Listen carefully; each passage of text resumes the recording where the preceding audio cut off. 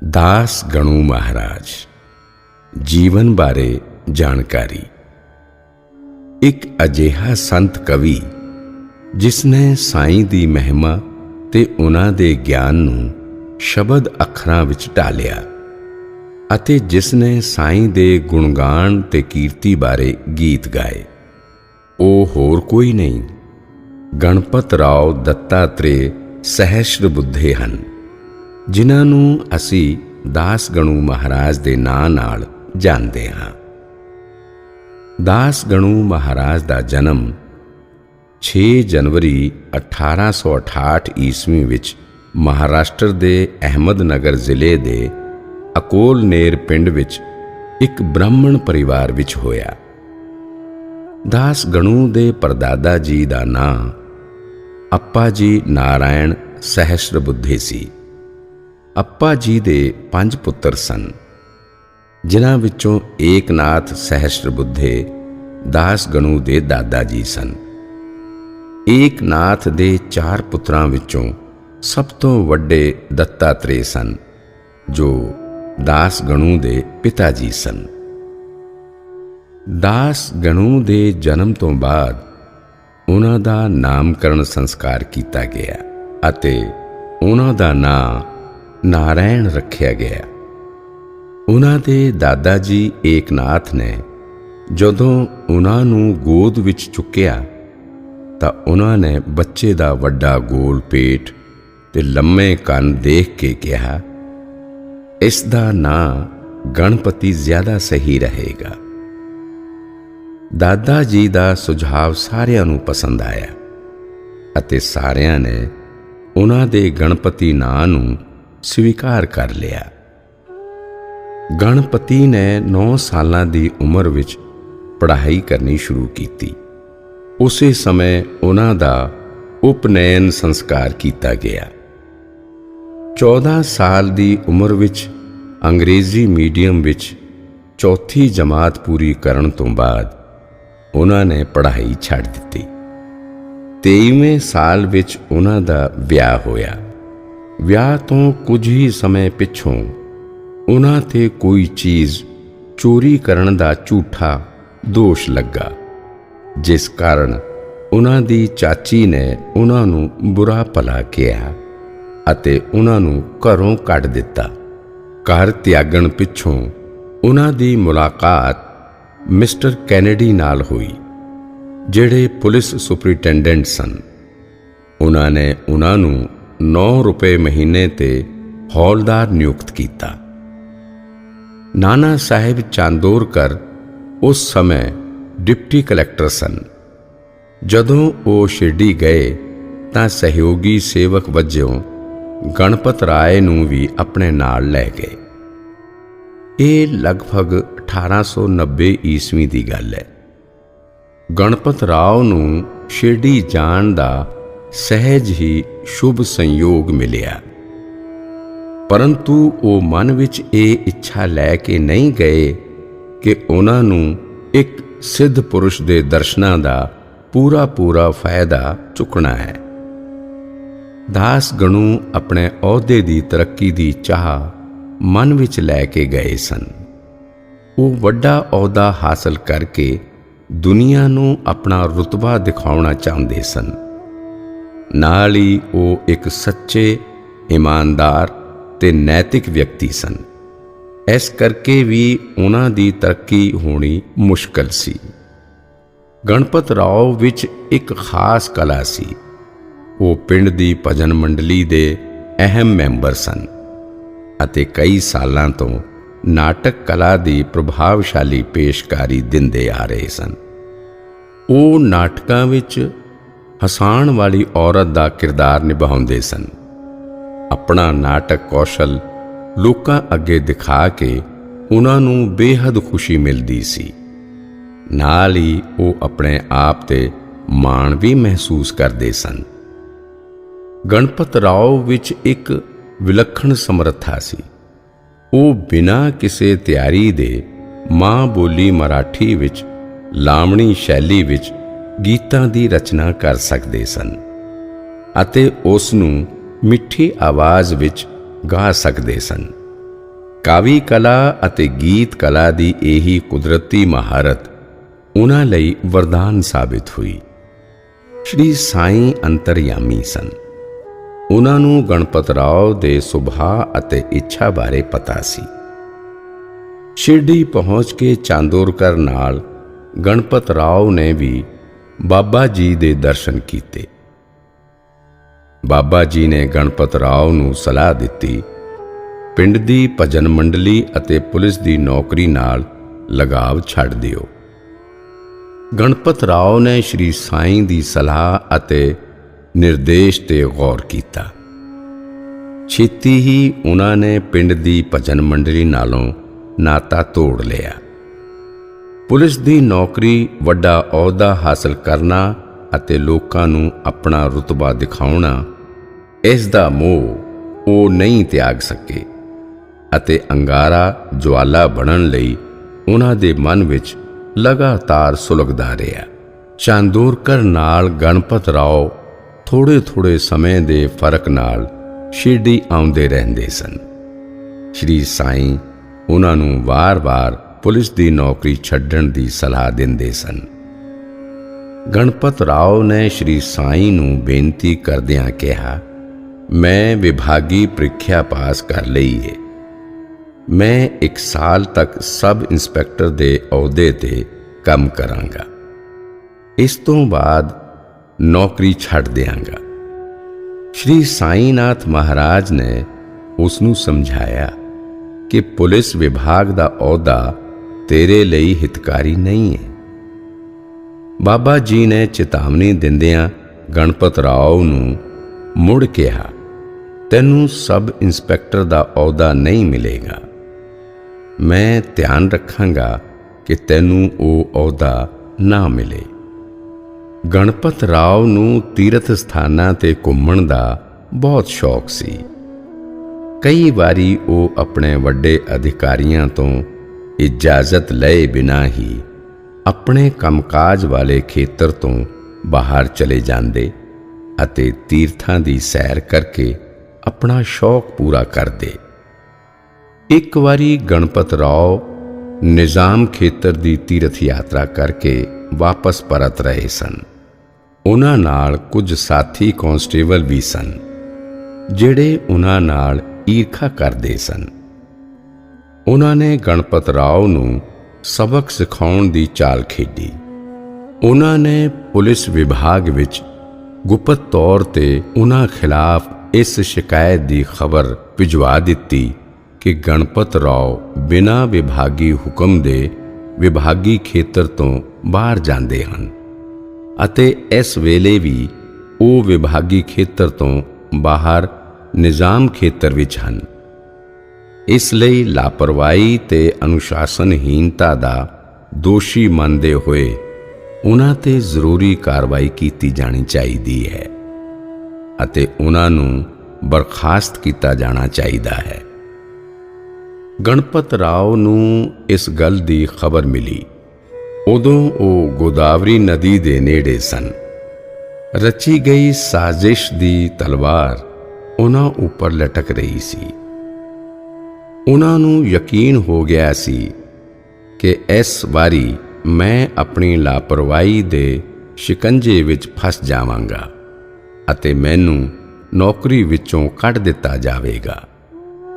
ਉਸੇ ਪਲ ਉਹਨਾਂ ਨੇ ਗੋਦਾਵਰੀ ਦਾ ਪਵਿੱਤਰ ਜਲ ਆਪਣੇ ਹੱਥ ਵਿੱਚ ਲੈ ਕੇ ਸ਼੍ਰੀ ਸਾਈਂ ਨੂੰ ਯਾਦ ਕੀਤਾ ਅਤੇ ਵਚਨ ਦਿੱਤਾ, ਬਾਬਾ ਜੀ, ਇਸ ਵਾਰੀ ਕਿਰਪਾ ਕਰਕੇ ਮੈਨੂੰ ਬਚਾ ਲਓ। ਮੈਂ ਪੁਲਿਸ ਦੀ ਨੌਕਰੀ ਛੱਡ ਦਿਆਂਗਾ। ਸ਼੍ਰੀ ਸਾਈਂ ਨੇ ਗਣਪਤ ਰਾਓ ਦੀ ਪੁਕਾਰ ਸੁਣੀ ਅਤੇ ਅਨੋਖੀ ਲੀਲਾ ਰਚੀ। ਉਸੇ ਵੇਲੇ ਪਿੰਡ ਦਾ ਇੱਕ ਮੁਨਸਿਫ ਉਹਨਾਂ ਕੋਲ ਆਇਆ ਅਤੇ ਦੱਸਿਆ ਕਿ ਇਸ ਵੇਲੇ ਇੱਥੋਂ ਥੋੜ੍ਹੀ ਦੂਰ ਕੁਝ ਡਾਕੂ ਬੈਠੇ ਹੋਏ ਹਨ ਅਤੇ ਉਹ ਚੋਰੀ ਦਾ ਸਮਾਨ ਆਪਸ ਵਿੱਚ ਵੰਡ ਰਹੇ ਹਨ। ਜੇ ਕੋਸ਼ਿਸ਼ ਕੀਤੀ ਜਾਵੇ ਤਾਂ ਡਾਕੂਆਂ ਨੂੰ ਗ੍ਰਿਫਤਾਰ ਕੀਤਾ ਜਾ ਸਕਦਾ ਹੈ। ਗਣਪਤ ਰਾਓ ਤੁਰੰਤ ਉੱਥੇ ਗਏ ਅਤੇ ਉਹਨਾਂ ਨੇ ਡਾਕੂਆਂ ਨੂੰ ਗ੍ਰਿਫਤਾਰ ਕਰਕੇ ਸਾਰਾ ਮਾਲ ਆਪਣੇ ਕਬਜ਼ੇ ਵਿੱਚ ਲੈ ਲਿਆ। ਇਸ ਤੋਂ ਬਾਅਦ ਉਹ ਆਪਣੀ ਵਿਭਾਗੀ ਹੱਦ ਵਿੱਚ ਪਰਤੇ ਅਤੇ ਪੁਲਿਸ ਸਟੇਸ਼ਨ ਪੁੱਜੇ। ਪੁਲਿਸ ਸਟੇਸ਼ਨ ਪੁੱਜਦੇ ਹੀ ਪੁਲਿਸ ਦੇ ਵੱਡੇ ਅਧਿਕਾਰੀਆਂ ਨੇ ਉਹਨਾਂ ਨੂੰ ਪੁੱਛਿਆ, ਤੁਸੀਂ ਬਿਨਾਂ ਇਜਾਜ਼ਤ ਵਿਭਾਗੀ ਹੱਦ ਤੋਂ ਬਾਹਰ ਕਿਉਂ ਗਏ? ਗਣਪਤ ਰਾਓ ਨੇ ਜਵਾਬ ਦਿੱਤਾ, ਮੇਰੇ ਕੋਲ ਇਜਾਜ਼ਤ ਲੈਣ ਦਾ ਸਮਾਂ ਹੀ ਨਹੀਂ ਸੀ। ਜੇ ਮੈਂ ਇਜਾਜ਼ਤ ਲੈਣ ਵਿੱਚ ਕੁਝ ਸਮਾਂ ਵੀ ਲਗਾ ਦਿੰਦਾ ਤਾਂ ਡਾਕੂ ਹੱਥੋਂ ਨਿਕਲ ਜਾਂਦੇ ਅਤੇ ਚੋਰੀ ਕੀਤਾ ਧਨ ਵੀ ਨਾ ਮਿਲਦਾ। ਬਾਬਾ ਜੀ ਦੀ ਇਸ ਲੀਲਾ ਨੇ ਗਣਪਤ ਰਾਓ ਦੀ ਨੌਕਰੀ ਬਚਾਈ ਅਤੇ ਉਹਨਾਂ ਦੇ ਅਨੁਸ਼ਾਸਨਹੀਨ ਸੁਭਾਅ ਤੇ ਵੀ ਪਰਦਾ ਪਾ ਦਿੱਤਾ। ਗਣਪਤ ਰਾਓ ਲਈ ਇੱਕ ਪੂਰਵ ਸੰਕੇਤ ਵੀ ਸੀ ਕਿ ਅੱਗੇ ਉਸ ਨੂੰ ਕੀ ਕਰਨਾ ਹੈ ਅਤੇ ਉਸ ਦੇ ਲਈ ਹੁਣ ਉਹ ਆਪਣੇ ਆਪ ਨੂੰ ਤਿਆਰ ਕਰ ਲਵੇ। ਇਸ ਘਟਨਾ ਪਿੱਛੋਂ ਗਣਪਤ ਰਾਓ ਨੇ ਗੋਦਾਵਰੀ ਦੇ ਪਵਿੱਤਰ ਜਲ ਦੀ ਕਸਮ ਨਿਭਾਉਣੀ ਸੀ, ਪਰੰਤੂ ਡਾਕੂਆਂ ਨੂੰ ਫੜਨ ਕਾਰਨ ਉਹਨਾਂ ਨੂੰ ਆਪਣੀ ਤਰੱਕੀ ਦਾ ਸੂਰਜ ਉਗਦਾ ਦਿਖਾਈ ਦੇਣ ਲੱਗਾ। ਇਸ ਇੱਛਾ ਨੇ ਉਹਨਾਂ ਨੂੰ ਇੱਕ ਵਾਰ ਫੇਰ ਸੱਚ ਦੇ ਰਾਹ ਤੋਂ ਵਧਣ ਤੋਂ ਰੋਕ ਦਿੱਤਾ।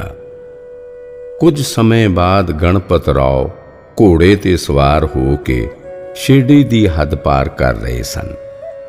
ਇਸ ਵਾਰੀ ਉਹਨਾਂ ਨੇ ਸ਼੍ਰੀ ਸਾਈਂ ਨੂੰ ਮਿਲੇ ਬਗੈਰ ਹੀ ਅੱਗੇ ਵਧਣ ਦਾ ਵਿਚਾਰ ਬਣਾ ਲਿਆ।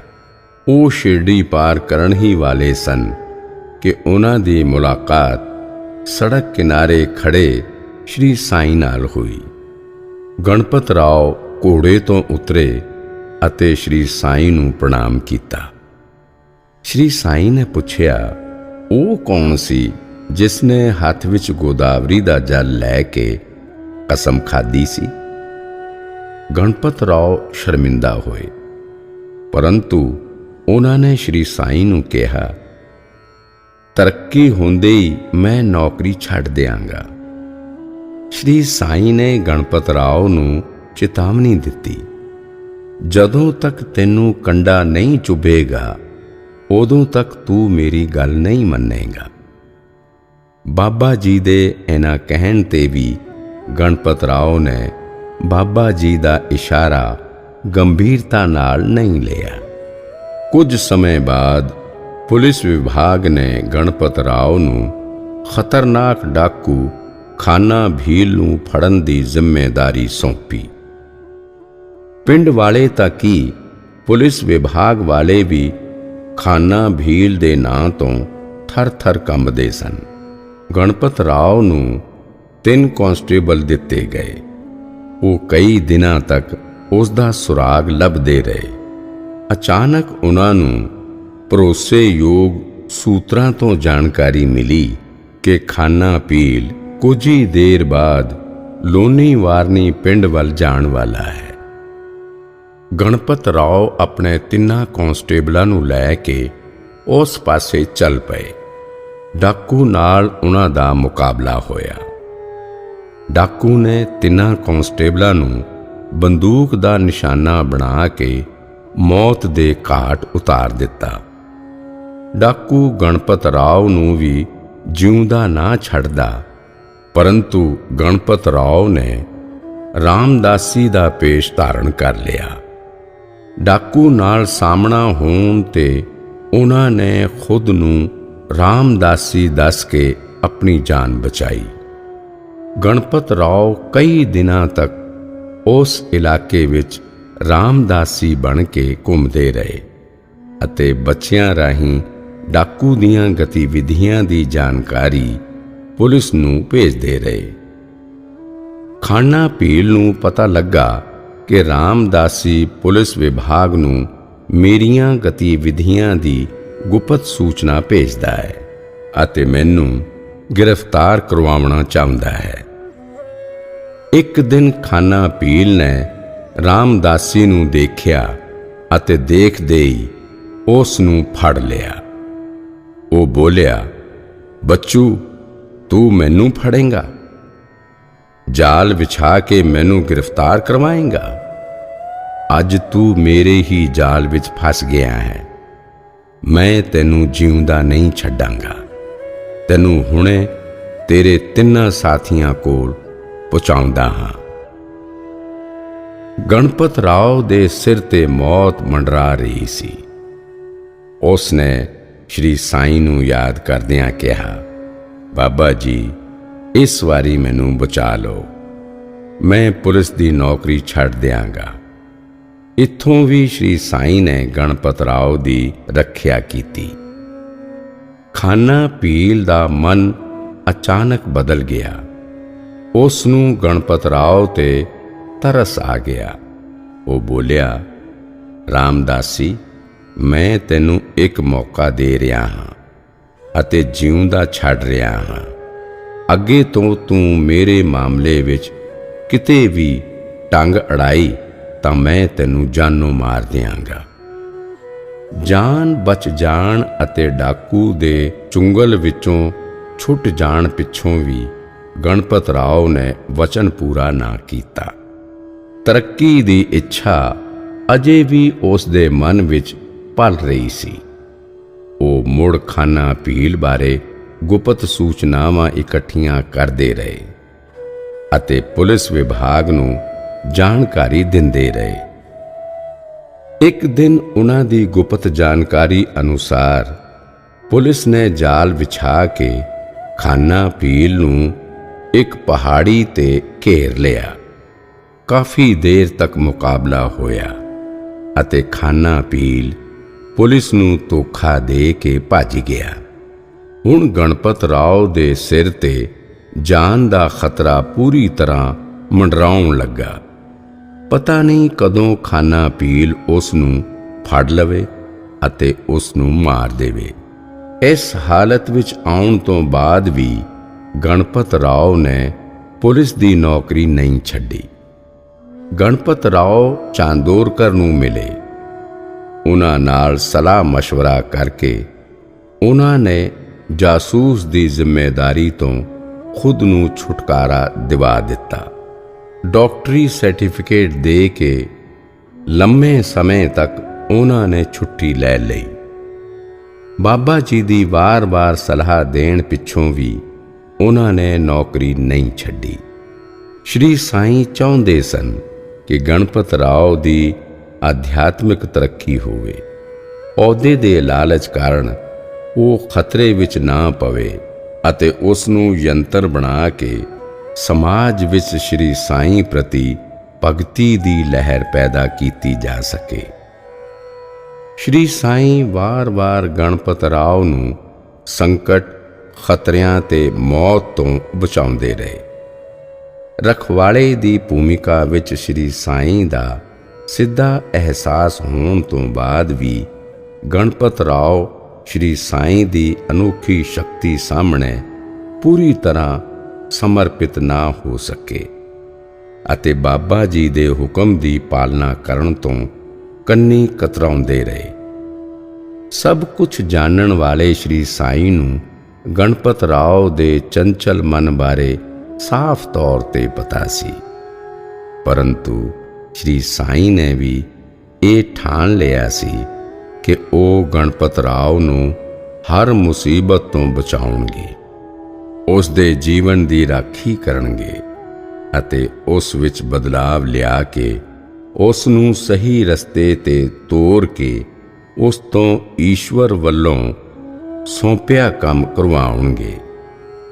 लम्मी छुट्टी खत्म होण पिछों पुलिस विभाग ने गणपत राव नूं अपना कारजभार संभालण दा हुक्म दिता। डाकू दा डर, मौत दा खतरा ते तरक्की दी इच्छा ने गणपत राव नूं एक नवीं राह दिखाई। उन्होंने किसी होर आदमी नूं अपने काम दी देख रेख करन लई रख लिया अते खुद पुलिस स्टेशन जाण तो बचदे रहे। इसे दरमियान पिंड दे किसी मुनसिफ ने किसी आदमी ते कीते गए जुर्माने दे 32 रुपये थाने भिजवाए। ਗਣਪਤ ਰਾਓ ਦਾ ਕਾਰਜਭਾਰ ਸਾਂਭਣ ਵਾਲੇ ਆਦਮੀ ਨੇ ਰਸੀਦ ਦਿੱਤੇ ਬਿਨਾਂ ਹੀ 32 ਰੁਪਈਏ ਆਪਣੇ ਕੋਲ ਰੱਖ ਲਏ ਅਤੇ ਸਰਕਾਰੀ ਅਮਾਨਤ ਦਾ ਗਬਨ ਕਰ ਲਿਆ। ਉਸਨੇ ਇਹਨਾਂ ਰੁਪਈਆਂ ਬਾਰੇ ਗਣਪਤ ਰਾਓ ਨੂੰ ਵੀ ਕੁਝ ਨਹੀਂ ਦੱਸਿਆ ਅਤੇ ਪੈਸੇ ਖੁਦ ਹਜ਼ਮ ਕਰ ਗਿਆ। ਅਧਿਕਾਰੀਆਂ ਨੇ ਪੈਸਿਆਂ ਦੀ ਖੋਜਬੀਨ ਕੀਤੀ ਅਤੇ ਗਣਪਤ ਰਾਓ ਨੂੰ ਸਰਕਾਰੀ ਰਕਮ ਦੇ ਗਬਨ ਦਾ ਦੋਸ਼ੀ ਠਹਿਰਾਇਆ। ਗਣਪਤ ਰਾਓ ਨੂੰ ਇਸ ਬਾਰੇ ਪਤਾ ਲੱਗਾ। ਹੌਲਦਾਰ ਤੋਂ ਤਰੱਕੀ ਕਰਕੇ ਸਬ ਇੰਸਪੈਕਟਰ ਬਣਨ ਦਾ ਸੁਪਨਾ ਦੇਖਣ ਵਾਲੇ ਗਣਪਤ ਰਾਓ ਨੂੰ ਹੁਣ ਜੇਲ੍ਹ ਦੀ ਕਾਲ ਕੋਠੜੀ ਦਿਸਣ ਲੱਗੀ। ਤੁਰੰਤ ਗਣਪਤ ਰਾਓ ਸ਼੍ਰੀ ਸਾਈਂ ਕੋਲ ਆਏ ਅਤੇ ਬੋਲੇ, ਬਾਬਾ ਜੀ, ਮੈਂ ਤੁਹਾਡੀ ਸ਼ਰਨ ਵਿੱਚ ਆ ਗਿਆ ਹਾਂ। ਹੁਣ ਤਾਂ ਸ਼ਰਨ ਵਿੱਚ ਆਏ ਆਦਮੀ ਨੂੰ ਝੂਠੇ ਦੋਸ਼ਾਂ ਤੋਂ ਬਚਾਓ। ਅੱਜ ਮੈਂ ਜੇਲ੍ਹ ਜਾਣ ਦੀ ਹਾਲਤ ਵਿੱਚ ਹਾਂ। ਇਸ ਭਾਰੀ ਸੰਕਟ ਵਿੱਚ ਮੇਰੀ ਮਦਦ ਕਰੋ। ਸ਼੍ਰੀ ਸਾਈਂ ਨੇ ਮੁੜ ਗਣਪਤ ਰਾਓ ਦੀ ਮਦਦ ਕੀਤੀ। ਉਹਨਾਂ ਨੇ ਪੜਤਾਲ ਕਰਨ ਵਾਲੇ ਅਧਿਕਾਰੀ ਕੋਲ ਜੁਰਮਾਨੇ ਦੇ 32 ਰੁਪਈਏ ਅਤੇ ਗਣਪਤ ਰਾਓ ਦਾ ਅਸਤੀਫਾ ਭਿਜਵਾਇਆ।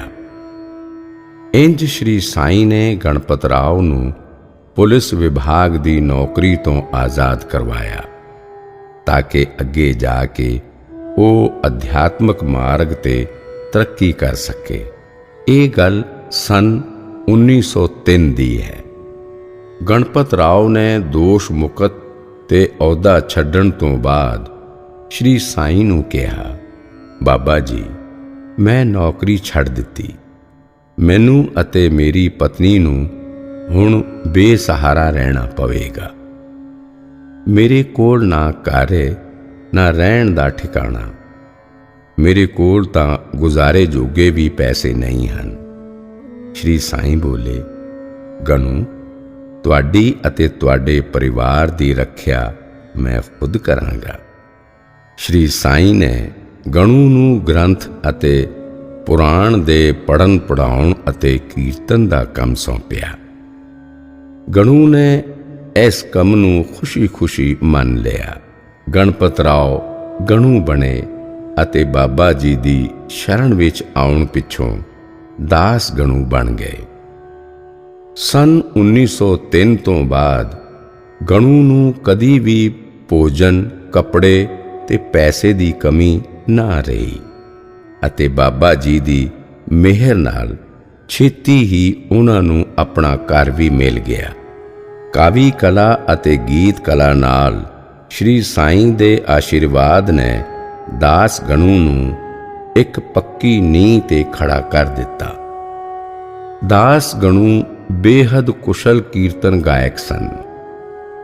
ਲੋਕਾਂ ਦੀ ਬੇਨਤੀ ਕਰਨ ਤੇ ਉਹ ਥਾਂ-ਥਾਂ ਕੀਰਤਨ ਕਰਨ ਜਾਂਦੇ, ਪਰੰਤੂ ਪਹਿਲਾਂ ਬਾਬਾ ਜੀ ਦੀ ਆਗਿਆ ਅਤੇ ਆਸ਼ੀਰਵਾਦ ਲੈਂਦੇ।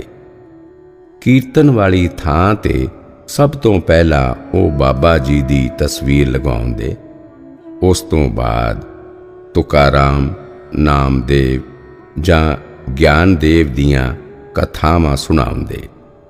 ਇਸ ਦੌਰਾਨ ਉਹ ਸ਼੍ਰੀ ਸਾਈਂ ਦੀਆਂ ਲੀਲਾਵਾਂ ਦੀਆਂ ਉਦਾਹਰਣਾਂ ਦਿੰਦੇ।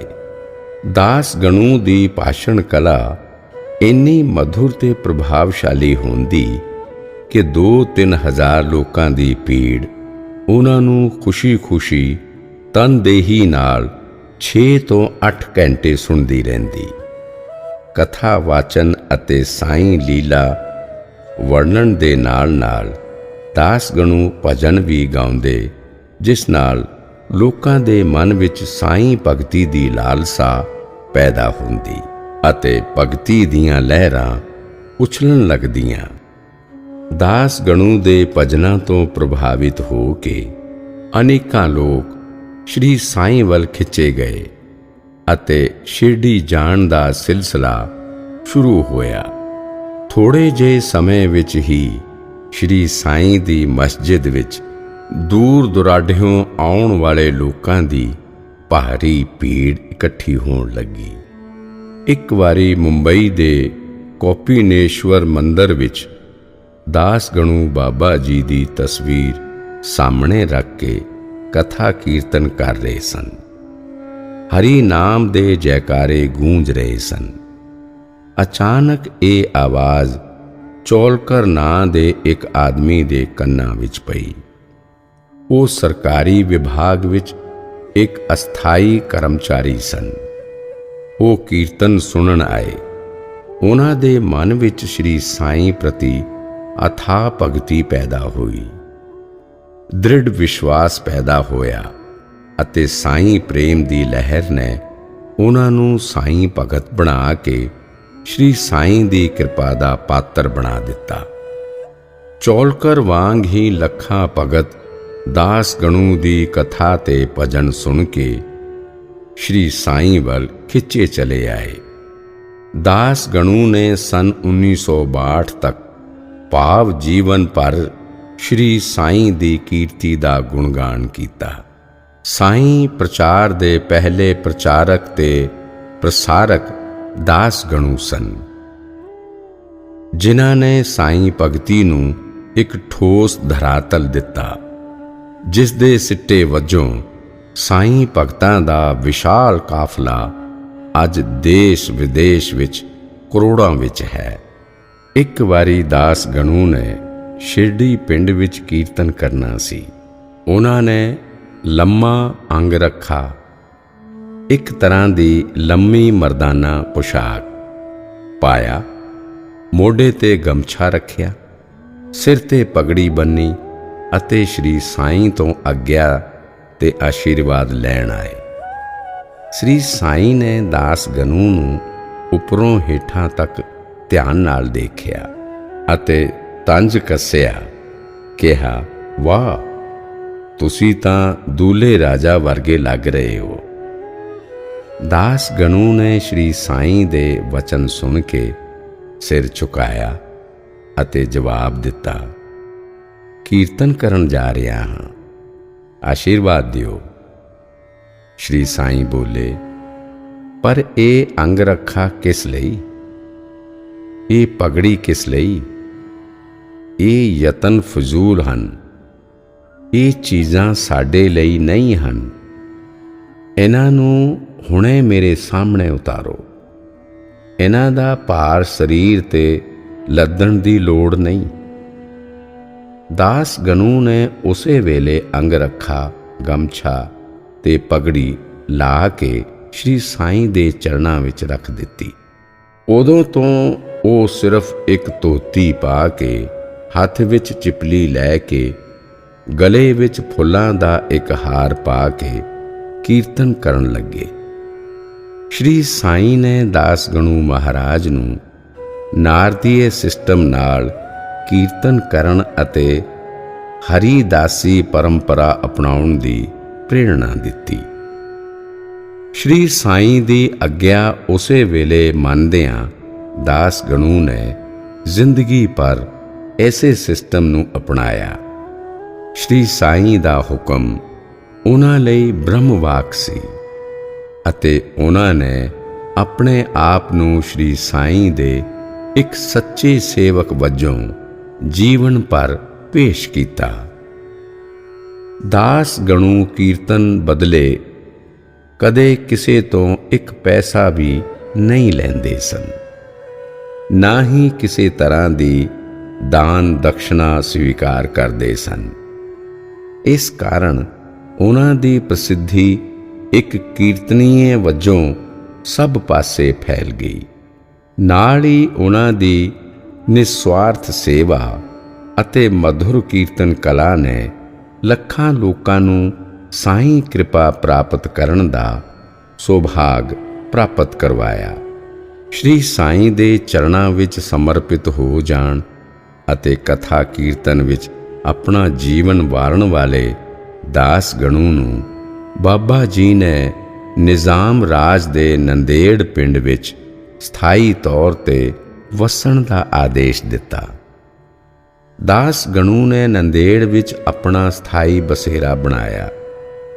ਇਸ ਤੋਂ ਬਾਅਦ ਸ਼੍ਰੀ ਸਾਈਂ ਦੀ ਰਹਿਨੁਮਾਈ ਹੇਠ ਕਰਵਾਏ ਜਾਣ ਵਾਲੇ ਸਾਲਾਨਾ ਕੀਰਤਨ, ਉਰਸ, ਰਾਮਨੌਮੀ ਆਦਿ ਪ੍ਰੋਗਰਾਮਾਂ ਵਿੱਚ ਉਹ ਮੌਜੂਦ ਹੁੰਦੇ ਅਤੇ ਤਨਦੇਹੀ ਨਾਲ ਕਥਾ ਕੀਰਤਨ ਕਰਦੇ। ਬਾਬਾ ਜੀ ਦੇ ਮਹਾਪ੍ਰਯਾਣ ਜਾਣੇ ਸੰਨ 1918 ਤੋਂ ਬਾਅਦ ਵੀ ਦਾਸ ਗਣੂ ਦਾ ਇਹ ਸਿਲਸਿਲਾ ਲਗਾਤਾਰ ਜਾਰੀ ਰਿਹਾ। ਇੱਕ ਵਾਰੀ ਸ਼ਿਰਡੀ ਵਿੱਚ ਸ਼੍ਰੀ ਸਾਈਂ ਨੇ ਦਾਸ ਗਣੂ ਨੂੰ ਨਾਮ ਸਪਤਾਹ ਕਰਨ ਦੀ ਆਗਿਆ ਦਿੱਤੀ। ਦਾਸ ਗਣੂ ਨੇ ਉਸ ਦਿਨ ਸ਼੍ਰੀ ਸਾਈਂ ਨੂੰ ਨਿਮਰਤਾ ਨਾਲ ਕਿਹਾ, "ਇਹ ਦੇਵਾ, ਤੁਹਾਡੀ ਆਗਿਆ ਦੀ ਪਾਲਣਾ ਜ਼ਰੂਰ ਹੋਵੇਗੀ। ਤੁਸੀਂ ਇਸ ਗੱਲ ਦਾ ਭਰੋਸਾ ਦਿਓ ਕਿ ਸਪਤਾਹ ਪੂਰਾ ਹੋਣ ਤੇ ਵਿਠਲ ਪ੍ਰਗਟ ਹੋਣਗੇ।"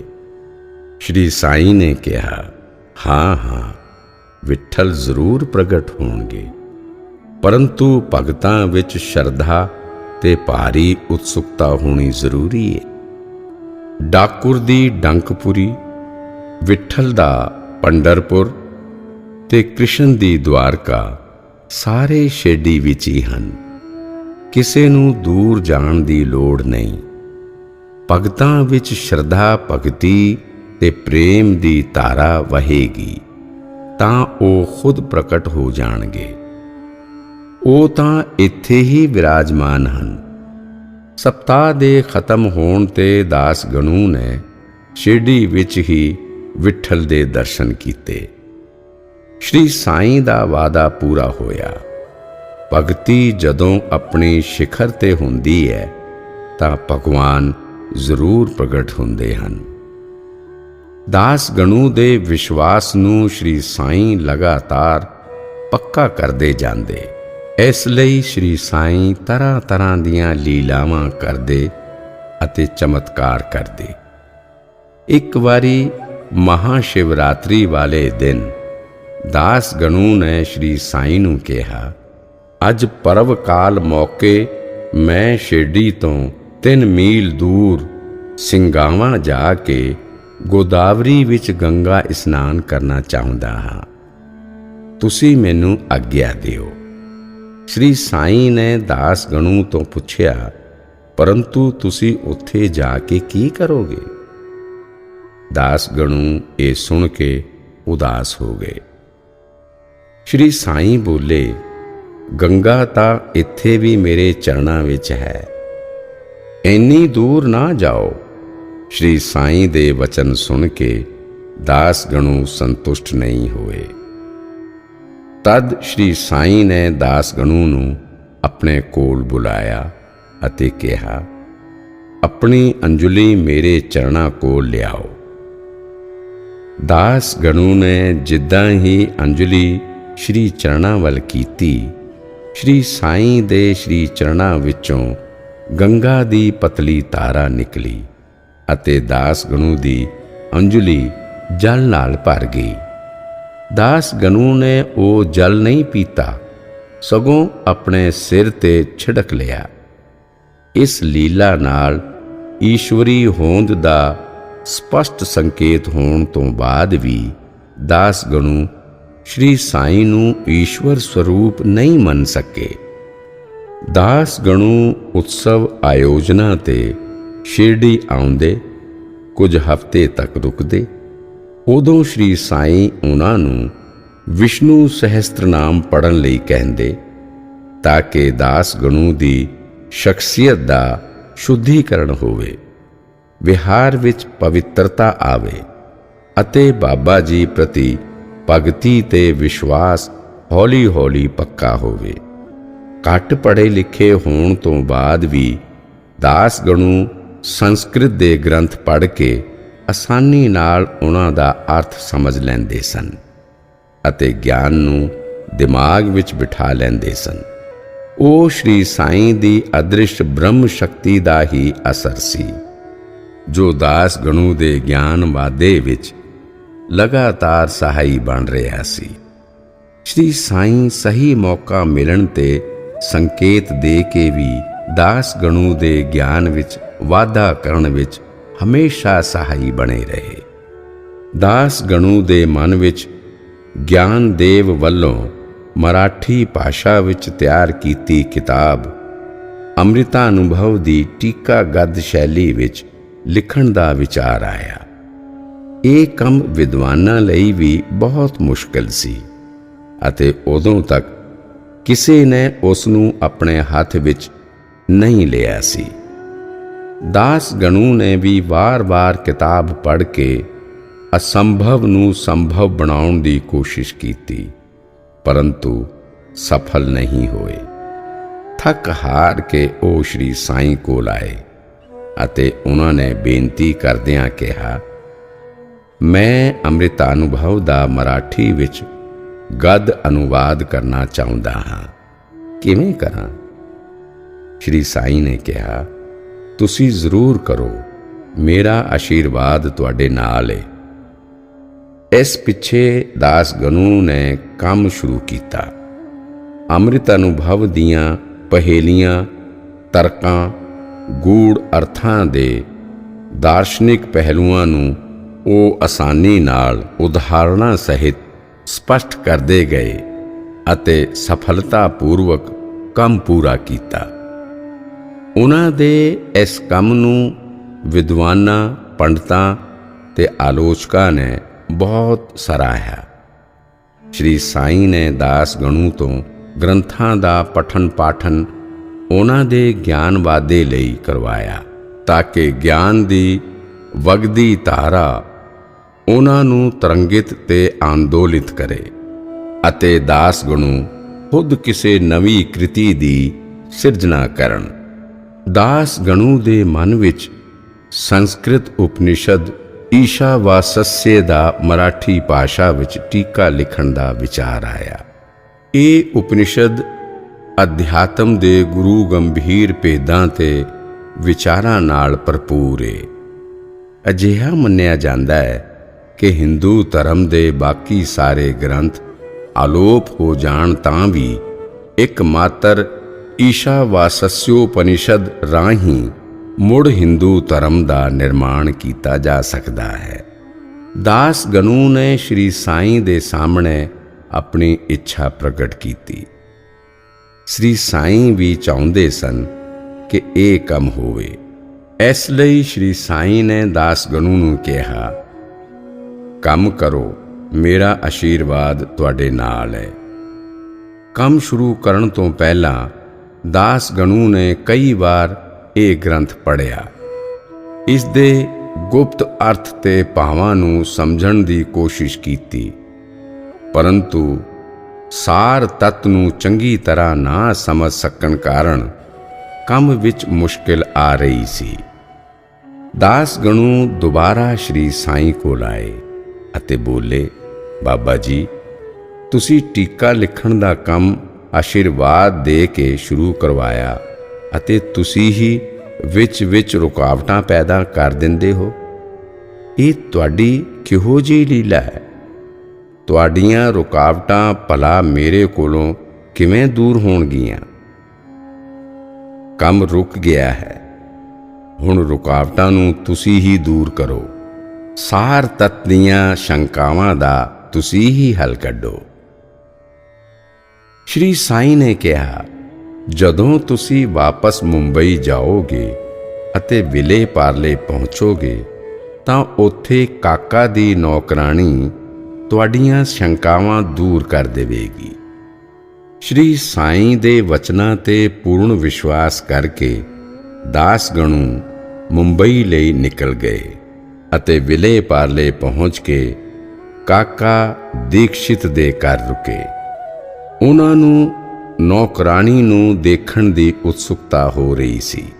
ਦੂਜੇ ਦਿਨ ਦੀ ਸਵੇਰ ਕਾਕਾ ਦੇ ਘਰ ਵਿੱਚ ਇੱਕ ਗਰੀਬ ਕੁਨਾਬੀ ਕੁੜੀ ਫਟੇ ਪੁਰਾਣੇ ਕੱਪੜੇ ਪਾ ਕੇ ਭਾਂਡੇ ਮਾਂਜ ਰਹੀ ਸੀ ਅਤੇ ਸੰਤਰੀ ਰੰਗ ਦੀ ਸਾੜੀ ਦੇ ਵਿਸ਼ੇ ਵਿੱਚ ਗੀਤ ਗਾ ਰਹੀ ਸੀ।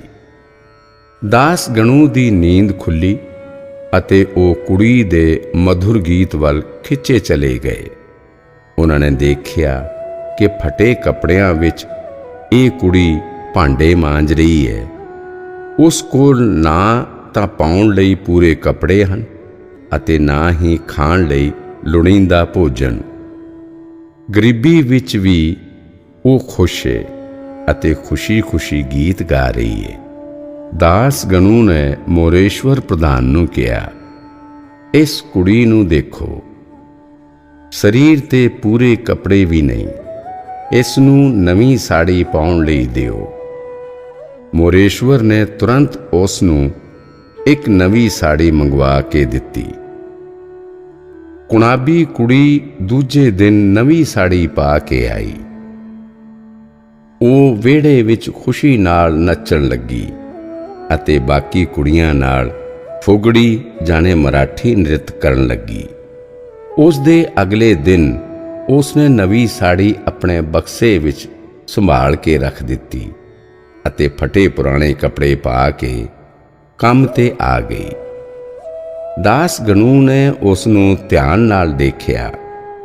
ਉਹੀ ਕੁੜੀ, ਉਹੀ ਰੋਜ਼ ਵਾਲੇ ਫਟੇ ਪੁਰਾਣੇ ਕੱਪੜੇ, ਚਿਹਰੇ ਤੇ ਕੋਈ ਨਿਰਾਸ਼ਾ ਨਹੀਂ, ਨਾ ਤਾਂ ਨਵੀਂ ਸਾੜੀ ਮਿਲਣ ਦੀ ਖੁਸ਼ੀ ਅਤੇ ਨਾ ਹੀ ਫਟੇ ਪੁਰਾਣੇ ਕੱਪੜੇ ਪਾਉਣ ਦਾ ਗਮ।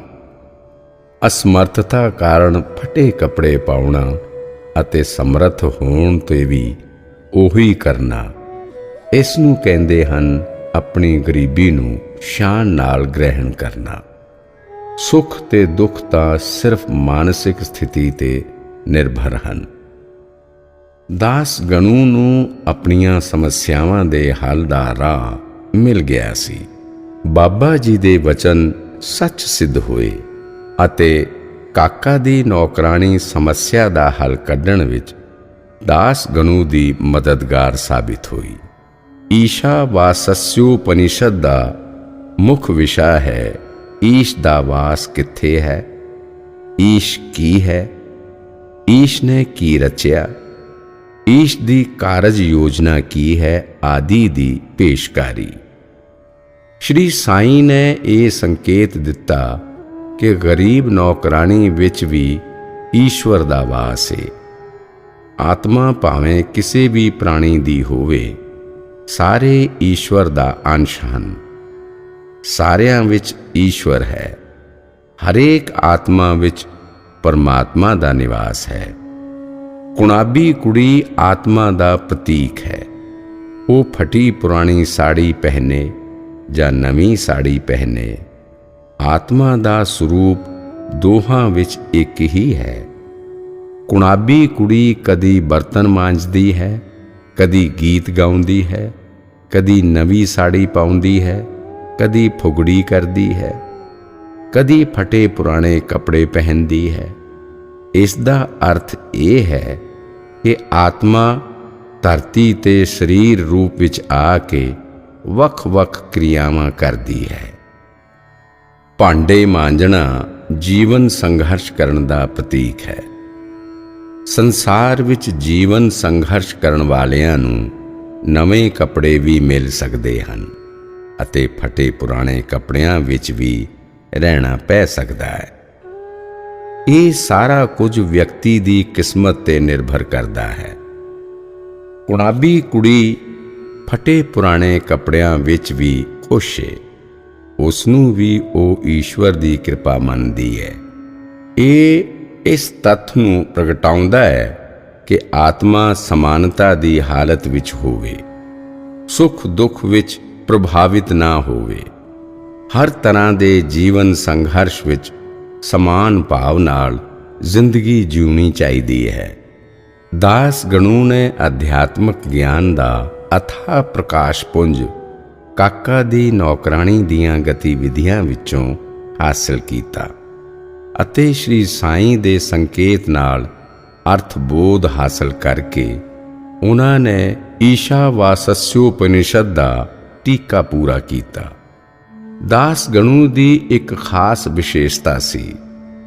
ਉਹ ਜਿਸ ਖੇਤਰ ਵਿੱਚ ਜਾਂਦੇ, ਉਸ ਖੇਤਰ ਦੇ ਮਹੱਤਵਪੂਰਨ ਸਾਧੂ ਸੰਤਾਂ, ਸਿੱਧਾਂ, ਪੀਰਾਂ, ਪੈਗੰਬਰਾਂ, ਯੋਗੀਆਂ, ਤਪਸਵੀਆਂ ਆਦਿ ਨਾਲ ਮਿਲਦੇ ਅਤੇ ਉਹਨਾਂ ਨਾਲ ਖੁੱਲ੍ਹ ਕੇ ਗੱਲਾਂ ਕਰਦੇ।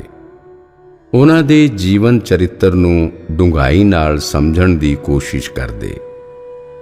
ਉਹ ਉਸ ਨੂੰ ਲਿਪੀਬੱਧ ਕਰਦੇ ਅਤੇ ਮਰਾਠੀ ਦੀ ਲਾਵਣੀ ਸ਼ੈਲੀ ਵਿੱਚ ਉਸ ਨੂੰ ਕਾਵੀਮਈ ਸਰੂਪ ਦਿੰਦੇ।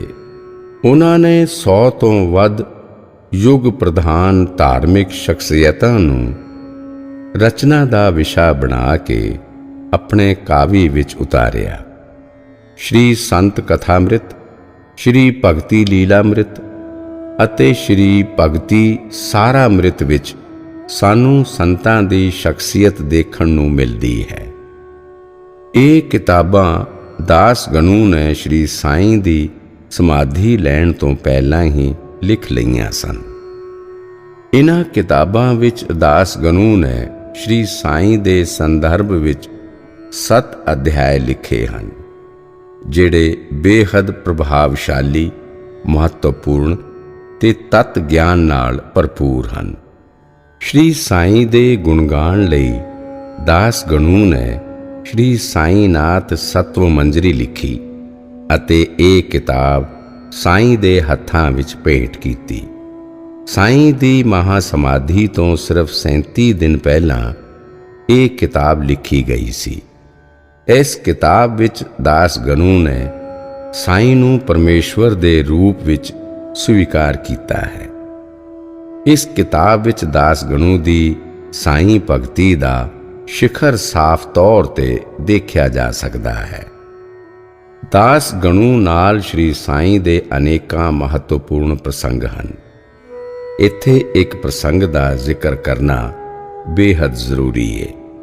ਸ਼੍ਰੀ ਸਾਈਂ ਨੇ 15 ਅਕਤੂਬਰ 1918 ਵਿੱਚ ਦੁਪਹਿਰ ਵੇਲੇ ਮਹਾ ਸਮਾਧੀ ਲਈ ਅਤੇ ਬ੍ਰਹਮ ਦੀ ਸੱਤਾ ਬ੍ਰਹਮ ਵਿੱਚ ਸਮਾ ਗਈ। ਸਾਈਂ ਬ੍ਰਹਮ ਦੀ ਸੱਤਾ ਅਜਿਹੀ ਹੈ ਜਿਹੜੀ ਬ੍ਰਹਮ ਲੀਨ ਹੋ ਕੇ ਵੀ ਜਗਤ ਵਿੱਚ ਦਿਵਯ ਰੂਪ ਵਿੱਚ ਮੌਜੂਦ ਹੈ ਅਤੇ ਭਗਤਾਂ ਨੂੰ ਆਪਣੀ ਮੌਜੂਦਗੀ ਦਾ ਅਹਿਸਾਸ ਕਰਵਾਉਂਦੀ ਹੈ। ਦਾਸ ਗਣੂ ਉਹ ਪਹਿਲੇ ਵਿਅਕਤੀ ਹਨ ਜਿਨ੍ਹਾਂ ਨੂੰ ਸ਼੍ਰੀ ਸਾਈਂ ਦੀ ਮਹਾ ਸਮਾਧੀ ਤੋਂ ਬਾਅਦ ਸਭ ਤੋਂ ਪਹਿਲਾਂ ਉਹਨਾਂ ਦੀ ਬ੍ਰਹਮ ਸੱਤਾ ਦਾ ਅਹਿਸਾਸ ਹੋਇਆ। ਬਾਬਾ ਜੀ ਨੇ ਦੂਜੇ ਦਿਨ ਹੀ ਤੜਕੇ ਦਾਸ ਗਣੂ ਨੂੰ ਸੁਪਨੇ ਵਿੱਚ ਦਰਸ਼ਨ ਦਿੱਤੇ ਅਤੇ ਕਿਹਾ, ਮਸਜਿਦ ਡਿੱਗ ਗਈ ਏ, ਸ਼ਿਰਡੀ ਦੇ ਬਾਣੀਏ ਮੈਨੂੰ ਤੇਲ ਨਹੀਂ ਦਿੰਦੇ ਅਤੇ ਮੈਨੂੰ ਪਰੇਸ਼ਾਨ ਕਰਦੇ ਹਨ, ਇਸ ਲਈ ਮੈਂ ਜਾ ਰਿਹਾ ਹਾਂ। ਤੁਸੀਂ ਛੇਤੀ ਸ਼ਿਰਡੀ ਜਾਓ, ਮੈਨੂੰ ਫੁੱਲਾਂ ਨਾਲ ਢੱਕ ਦਿਓ।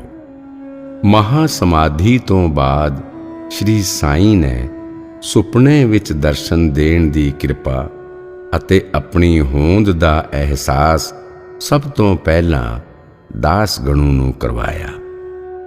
ਸ਼੍ਰੀ ਸਾਈਂ ਦੀ ਇਸ ਕਿਰਪਾ ਦ੍ਰਿਸ਼ਟੀ ਦਾ ਅੰਦਾਜ਼ਾ ਭਲਾ ਕੌਣ ਲਗਾ ਸਕਦਾ ਹੈ। ਦਾਸ ਗਣੂ ਦੀ ਇੱਕਦਮ ਨੀਂਦ ਖੁੱਲੀ।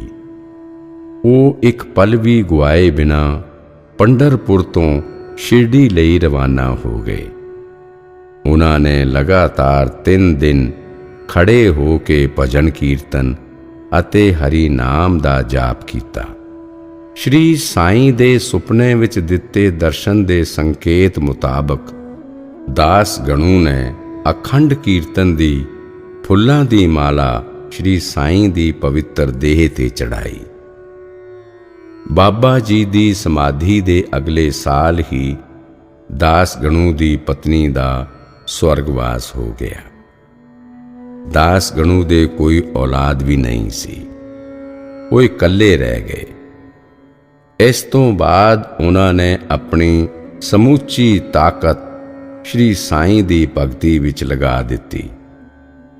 ਸਾਈਂ ਦੇ ਸਮੇਂ 15 ਸਾਲਾਂ ਤੱਕ ਅਤੇ ਸਾਈਂ ਸਮਾਧੀ ਤੋਂ ਬਾਅਦ 44 ਸਾਲਾਂ ਤੱਕ ਦਾਸ ਗਣੂ ਨੇ ਸ਼੍ਰੀ ਸਾਈਂ ਦੀ ਕਥਾ ਦਾ ਗੁਣਗਾਨ ਕੀਤਾ। ਉਹਨਾਂ ਨੇ 94 ਸਾਲਾਂ ਦੀ ਲੰਬੀ ਉਮਰ ਭੋਗੀ ਅਤੇ ਸ਼੍ਰੀ ਸਾਈਂ ਦੀ ਅਪਾਰ ਕਿਰਪਾ ਨਾਲ ਹੀ ਸਾਈਂ ਭਗਤੀ ਦੇ ਗੀਤ ਜ਼ਿੰਦਗੀ ਭਰ ਗਾਉਂਦੇ ਰਹੇ। ਦਾਸ ਗਣੂ ਨੂੰ ਸਾਈਂ ਭਗਤਾਂ ਨੇ ਅਥਾਹ ਸਨਮਾਨ ਦਿੱਤਾ। ਦੂਜੇ ਧਰਮਾਂ ਦੇ ਲੋਕਾਂ ਲਈ ਵੀ ਉਹ ਉਨੇ ਹੀ ਪੂਜਣਯੋਗ ਅਤੇ ਆਦਰਯੋਗ ਸਨ। ਸੰਨ 1948 ਵਿੱਚ ਕੋਇੰਬਤੂਰ ਵਿੱਚ ਹੋਏ ਆਲ ਇੰਡੀਆ ਸਾਈਂ ਭਗਤ ਸੰਮੇਲਨ ਵਿੱਚ ਦਾਸ ਗਣੂ ਨੂੰ ਪ੍ਰਧਾਨ ਦਾ ਅਹੁਦਾ ਦੇ ਕੇ ਸਨਮਾਨਿਤ ਕੀਤਾ ਗਿਆ। ਦਾਸ ਗਣੂ ਇਹਨਾਂ ਸਨਮਾਨਾਂ ਤੋਂ ਵੀ ਕਾਫੀ ਉੱਚੇ ਸਥਾਨ ਦੇ ਹੱਕਦਾਰ ਹਨ। ਸਨਮਾਨ ਉਹਨਾਂ ਕੋਲ ਪਹੁੰਚ ਕੇ ਖੁਦ ਹੀ ਸਨਮਾਨਿਤ ਹੋ ਜਾਂਦਾ ਹੈ। ਦਾਸ ਗਣੂ ਦੇ ਕਾਵਿ ਵਿੱਚ ਭਗਤੀ ਦਾ ਸਿਖਰ ਹੈ। ਦਾਸ ਗਣੂ ਸੰਤ ਕਾਵਿ ਪਰੰਪਰਾ ਦੇ ਸਮਰੱਥ ਜਾਨਸ਼ੀਨ ਹਨ। ਸੰਤਾਂ ਦਾ ਜਿਹੜਾ ਹਿੱਤ ਤੇ ਉਦੇਸ਼ ਹੁੰਦਾ ਹੈ, ਉਸ ਨੂੰ ਦਾਸ ਗਣੂ ਨੇ ਆਪਣੇ ਕਾਵਿ ਵਿੱਚ ਪੇਸ਼ ਕੀਤਾ। ਦਾਸ ਗਣੂ ਦਾ ਕਾਵਿ ਇਕਾਂਗੀ ਨਹੀਂ ਹੈ। ਉਸ ਨੇ ਧਰਮ ਦਰਸ਼ਨ, ਭਗਤੀ, ਤਤ ਗਿਆਨ ਤੇ ਰਾਸ਼ਟਰ ਪ੍ਰੇਮ ਦਾ ਵਿਸ਼ਾਲ ਤੱਤ ਆਪਣੇ ਅੰਦਰ ਸਮੇਟਿਆ ਹੋਇਆ ਹੈ। ਦਾਸ ਗਣੂ ਨੇ ਵੀਰ ਛਤਰਪਤੀ ਸ਼ਿਵਾਜੀ ਦੇ ਸਨਮਾਨ ਵਿੱਚ 5 ਕਵਿਤਾਵਾਂ ਲਿਖੀਆਂ, ਜਿਨ੍ਹਾਂ ਦਾ ਉਦਾਹਰਣ ਮਹਾਰਾਸ਼ਟਰ ਵਿੱਚ ਗਣਪਤੀ ਪੂਜਨ ਦੇ ਮੌਕੇ ਤੇ ਕੀਤਾ ਜਾਂਦਾ ਹੈ। ਦਾਸ ਗਣੂ ਦੇ ਦਿਲ ਵਿੱਚ ਦੇਸ਼ ਪ੍ਰੇਮ ਦੀ ਭਾਵਨਾ ਵੀ ਕਾਫੀ ਮਜ਼ਬੂਤ ਸੀ। ਉਹਨਾਂ ਦੇ ਕਾਵਿ ਵਿੱਚ ਸਮਾਜ ਦੇ ਦਲਿਤ, ਨਜ਼ਰਅੰਦਾਜ਼ ਕੀਤੇ ਗਏ ਅਤੇ ਪਿਛੜੇ ਵਰਗ ਪ੍ਰਤੀ ਹਮਦਰਦੀ ਦੇ ਸੁਰ ਹਨ। ਸਮਾਜ ਦੇ ਇਸ ਵਰਗ ਵਿੱਚ ਪ੍ਰਚਲਿਤ ਕੁਰੀਤੀਆਂ ਤੇ ਮਾੜੀਆਂ ਪਰੰਪਰਾਵਾਂ ਦਾ ਉਹਨਾਂ ਨੇ ਬਾਰੀਕੀ ਨਾਲ ਨਿਰੀਖਣ ਕੀਤਾ ਅਤੇ ਇਸ ਦਾ ਜੀਵੰਤ ਵਰਣਨ ਆਪਣੇ ਕਾਵਿ ਵਿੱਚ ਪੇਸ਼ ਵੀ ਕੀਤਾ। ਭਗਤੀ ਅਤੇ ਈਸ਼ ਦਾ ਗੁਣਗਾਨ, ਜਿਸ ਦੀ ਅਨੇਕਾਂ ਵਰਗਾਂ ਲਈ ਮਨਾਹੀ ਸੀ, ਇਸ ਬੰਧਨ ਨੂੰ ਉਹਨਾਂ ਨੇ ਤੋੜਿਆ। ਭਗਤੀ ਦੇ ਵਿਧਾਨ ਬਹੁਤ ਗੁੰਝਲਦਾਰ ਤੇ ਖਰਚੀਲੇ ਸਨ। ਉਸ ਨੂੰ ਉਹਨਾਂ ਨੇ ਸਰਲ ਤੇ ਸਹਿਜ ਬਣਾਉਣ ਤੇ ਜ਼ੋਰ ਦਿੱਤਾ। ਇਹਨਾਂ ਦਾ ਸਪਸ਼ਟ ਤੇ ਬੇਬਾਕ ਵਰਣਨ ਇਹਨਾਂ ਦੇ ਵਿਸ਼ਾਲ ਸਾਹਿਤ ਵਿੱਚ ਮਿਲਦਾ ਹੈ। ਦਾਸ ਗਣੂ ਦੇ ਕਾਵਿ ਦਾ ਮੁੱਲ ਭਾਵ ਭਗਤੀ ਹੈ। ਸਾਈਂ ਭਗਤੀ ਦੀ ਧਾਰਾ ਤੇਜ਼ ਬਹਾਵ ਨਾਲ ਉਹਨਾਂ ਦੇ ਕਾਵਿ ਦੇ ਧਰਾਤਲ ਤੇ ਉਭਰੀ ਹੈ। ਇਹ ਸਾਰਿਆਂ ਲਈ ਆਸਾਨ ਤੇ ਸਮਝਦਾਰੀ ਭਰਿਆ ਹੈ। ਤੁਹਾਡਾ ਭਾਵ ਭਗਤੀ ਪੂਰਨ ਸਾਹਿਤ ਅਰਥ ਪੱਖੋਂ ਵਿਸ਼ਾਲ ਗਿਆਨ ਸਾਗਰ ਦਾ ਅਹਿਸਾਸ ਕਰਵਾਉਂਦਾ ਹੈ। ਸ਼੍ਰੀ ਸਾਈਂ ਦੀ ਅਪਾਰ ਕਿਰਪਾ ਦਾਸ ਗਣੂ ਦੇ ਕਾਵਿ ਪ੍ਰਵਾਹ ਨੂੰ ਪ੍ਰੇਰਿਤ ਤੇ ਉਤਸ਼ਾਹਿਤ ਕਰਦੀ ਰਹੀ। ਸ਼੍ਰੀ ਸਾਈਂ ਦੇ ਆਸ਼ੀਰਵਾਦ ਨਾਲ ਦਾਸ ਗਣੂ ਨੇ ਲੌਕਿਕ ਧਰਾਤਲ ਤੇ ਰਹਿੰਦਿਆਂ ਅਲੌਕਿਕ ਕਾਵਿ ਦੀ ਰਚਨਾ ਕੀਤੀ। ਦਾਸ ਗਣੂ ਦਾ ਸੰਤ ਸੁਭਾਅ ਦਾ ਹਿਰਦਾ ਹੈ ਅਤੇ ਉਹਨਾਂ ਨੇ ਸੰਤਾਂ ਮਹਾਤਮਾ ਦੇ ਗੁਣਾਂ ਦਾ ਵਰਣਨ ਬੇਹੱਦ ਤਨਦੇਹੀ ਨਾਲ ਕੀਤਾ। ਦਾਸ ਗਣੂ ਦੇ ਵਿਸ਼ਾਲ ਸਾਹਿਤ ਵਿੱਚ ਕਾਵਿ ਦੀ ਖਾਸੀਅਤ ਸਿਖਰਾਂ ਤੇ ਹੈ। ਸੰਤ ਕਾਵਿ ਧਾਰਾ ਵਿੱਚ ਦਾਸ ਗਣੂ ਦਾ ਕਾਵਿ ਉੱਤਮ ਪ੍ਰਭਾਵਸ਼ਾਲੀ ਤੇ ਪ੍ਰਸਾਦ ਗੁਣ ਨਾਲ ਭਰਪੂਰ ਹੈ। ਦਾਸ ਗਣੂ ਦੀ ਸੁਮੇਲਵਾਦੀ ਪ੍ਰਕਿਰਤੀ ਅਤੇ ਅਧਿਆਤਮ ਗਿਆਨ ਉਹਨਾਂ ਦੇ ਕਾਵਿ ਵਿੱਚ ਪੂਰੀ ਤਰ੍ਹਾਂ ਢਲਿਆ ਹੋਇਆ ਹੈ। ਤੁਹਾਡਾ ਕਾਵਿ ਕੁਦਰਤੀ ਤੇ ਮਨੋਹਾਰੀ ਹੈ। ਇਹ ਸਮਾਜਿਕ ਜੀਵਨ ਨੂੰ ਤਤ ਗਿਆਨ ਅਤੇ ਨੀਤੀ ਬੋਧ ਪ੍ਰਦਾਨ ਕਰਦਾ ਹੈ। ਤੁਹਾਡੇ ਵੱਲੋਂ ਲਿਖੀ ਇੱਕ ਊਵੀ ਦਿਲ ਨੂੰ ਛੂਹਣ ਵਾਲੀ ਮਾਰਗਦਰਸ਼ਕ ਤੇ ਸਵੈ ਨਿਰਭਰ ਹੈ। ਇਹ ਮਨ ਅੰਦਰ ਘਰ ਕਰ ਜਾਂਦੀਆਂ ਹਨ। ਇਹ ਗੁਰੂ ਗੰਭੀਰ ਅਰਥ ਨੂੰ ਉਕੇਰਦੀਆਂ ਹਨ। ਦਾਸ ਗਣੂ ਦੀ ਕਾਵਿ ਧਾਰਾ ਸਮਾਜ ਦੇ ਹਰੇਕ ਵਰਗ ਦੇ ਲੋਕਾਂ ਨੂੰ ਪ੍ਰਭਾਵਿਤ ਕਰਦੀ ਹੈ ਅਤੇ ਸਾਰਿਆਂ ਨੂੰ ਭਗਤੀ ਦੇ ਰਸ ਨਾਲ ਸਰਾਬੋਰ ਕਰ ਦਿੰਦੀ ਹੈ। ਤੁਹਾਡੀ ਕਾਵਿ ਕਥਾ ਸਰੋਤਾਂ ਭਜਨਾਂ ਆਦਿ ਨੂੰ ਸੁਣਨ ਵਾਲੇ ਲੋਕ ਭਗਤੀ ਦੇ ਪ੍ਰਸੰਗ ਵਿੱਚ ਆਨੰਦ ਦੇ ਹੰਝੂ ਵਹਾਉਣ ਲੱਗਦੇ ਹਨ ਅਤੇ ਕਰੁਣਾ ਦੇ ਪ੍ਰਸੰਗ ਵਿੱਚ ਦੁੱਖਾਂ ਤੋਂ ਛੁਟਕਾਰਾ ਪਾ ਕੇ ਨੈਣਾਂ ਵਿੱਚੋਂ ਨੀਰ ਛਲਕਾਉਣ ਲੱਗਦੇ ਹਨ। ਦਾਸ ਗਣੂ ਦੇ ਸ਼ਬਦ ਸੁਰਾਂ ਦੀ ਤਾਲ ਤੇ ਥਿਰਕਦੇ ਹਨ ਅਤੇ ਜਨ ਜਨ ਦੇ ਕੰਠ ਦਾ ਸ਼ਿੰਗਾਰ ਬਣੇ ਹੋਏ ਹਨ। ਤੁਹਾਡੇ ਕਾਵਿ ਦਾ ਵਹਾਵ ਗੰਗਾ ਦੀ ਪਵਿੱਤਰ ਧਾਰਾ ਵਾਂਗ ਨਿਰੰਤਰ ਅੱਗੇ ਵੱਲ ਵੱਧਦਾ ਜਾਂਦਾ ਹੈ ਅਤੇ ਜਨ ਜਨ ਦਾ ਹਿਰਦਾ ਭਗਤੀ ਦੇ ਜਲ ਨਾਲ ਤ੍ਰਿਪਤ ਤੇ ਸ਼ੀਤਲ ਕਰਦਾ ਹੈ। ਜ਼ਿਆਦਾਤਰ ਸਾਹਿਤ ਮਰਾਠੀ ਦੀ ਲਾਵਣੀ ਸ਼ੈਲੀ ਵਿੱਚ ਲਿਖਿਆ ਹੋਇਆ ਹੈ, ਜੋ ਸਹਿਜਤਾ ਨਾਲ ਗੇ ਹੈ ਅਤੇ ਸ਼ਾਂਤ ਕਰੁਣ ਤੇ ਭਗਤੀ ਰਸ ਨਾਲ ਭਰਪੂਰ ਹੈ।